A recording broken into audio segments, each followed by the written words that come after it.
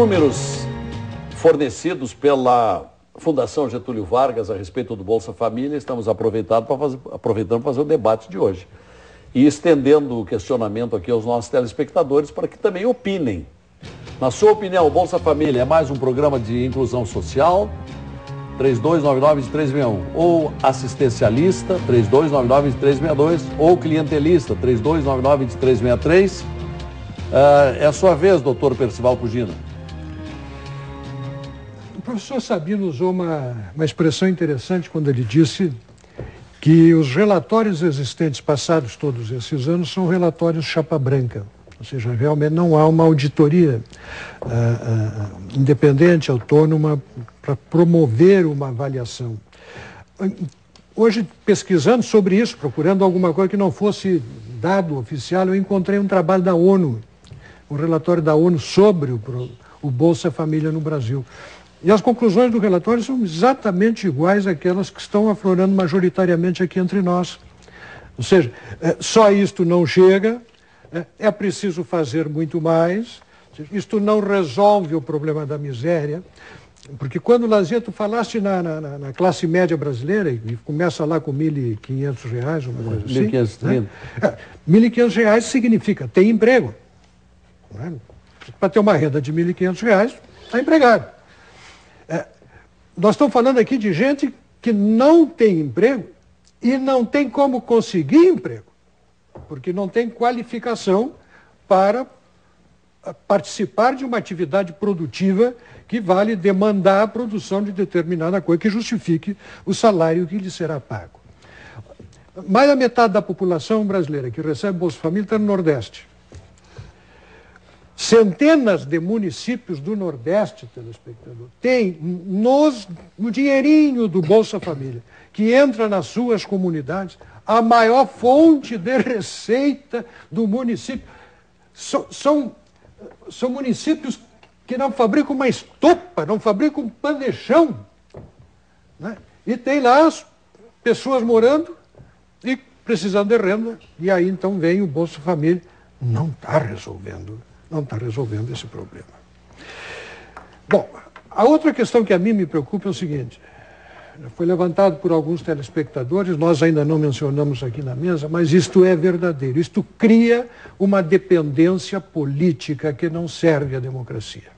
A continuidade, a vitaliciedade do Bolsa Família, porque ele pode ser vitalício, basta que ninguém faça nada e esta pessoa está na lista, vai continuar recebendo.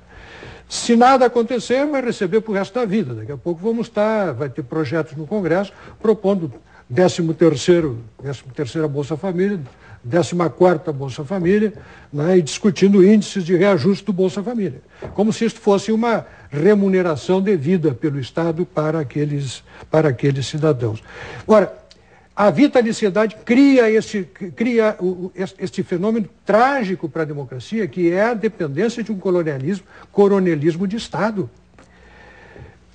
A ameaça de que, olha, o candidato fulano, se eleito presidente, vai cortar o Bolsa Família, lhe tira voto de jamanta.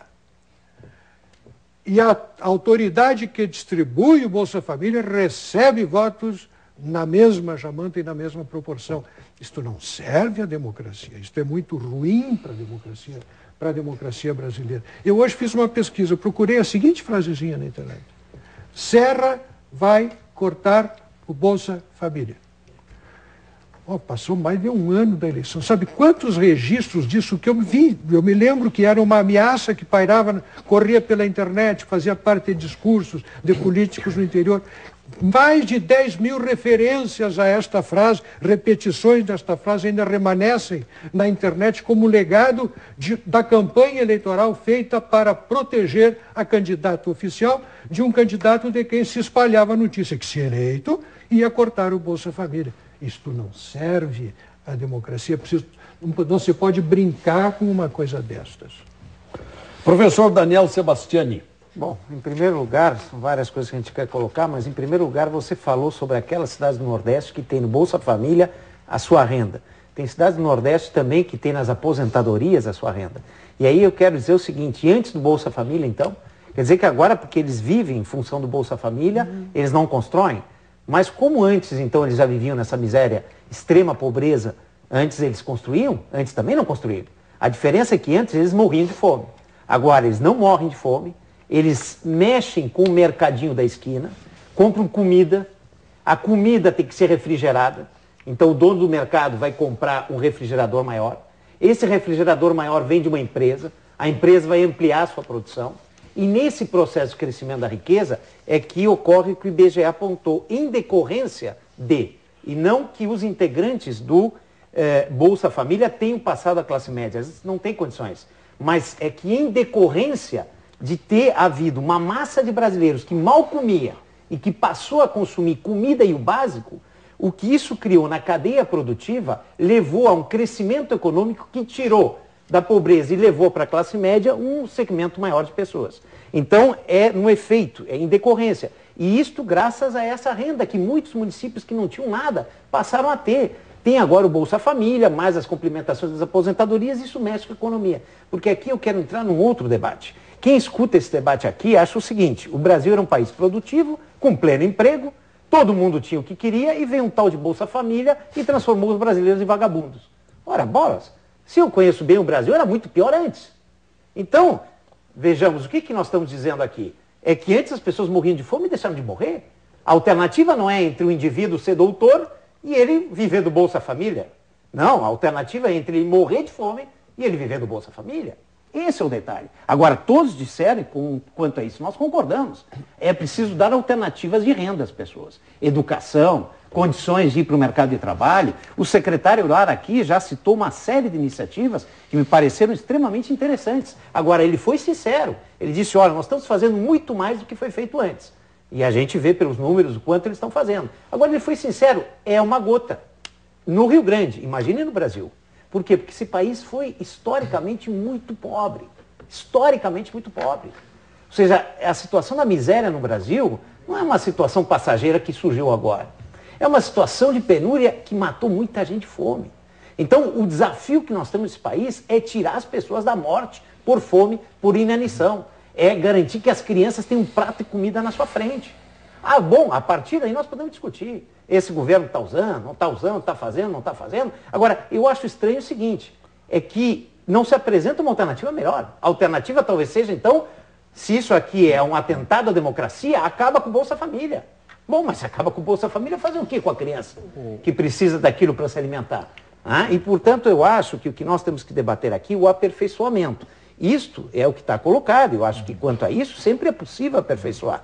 Agora, eu quero lembrar que o volume de recursos é muito maior do que foi na época do Fernando Henrique Cardoso. Muito maior. E que o programa é mais integrado. Antes ele era separado e cada um recebia conforme os interesses da política local. Então não é verdade. Havia mais assistencialismo antes do que tem agora, na forma que eu enxergo os programas. Lazier, acho que há dois paradigmas aí. Quer dizer, o que é mais correto? Dar o peixe ou ensinar a pescar? Quer dizer, na verdade, determinados públicos, determinados padrões de pobreza, as duas coisas precisam ser feitas. Até porque se não se alimenta, não vai pescar. Naquele que está em extrema pobreza, que não tem documentação, que não tem a mínima, né, ou foi excluído pela sociedade, ou se auto-excluiu da sociedade, esse não adianta. Tu precisa dar o peixe para essa pessoa, para que ela minimamente tenha condições de cidadania e possa, então, na sua pirâmide ali, a pirâmide de Maslow, que nós temos aí das necessidades básicas, né? Que é justamente prover a sua alimentação básica. Para o que grande parte do público está dizendo é que depois desta iniciação, aí puxa essa pessoa para um curso profissionalizante. Aí tu ensina a pescar. Porque aí, é por isso que impressiona, porque aqui entre nós, o número mais impressionante desse trabalho da Fundação Getúlio Vargas é o número de que 86% dos beneficiários que começaram lá há 8 anos continuam. Isso é preocupante.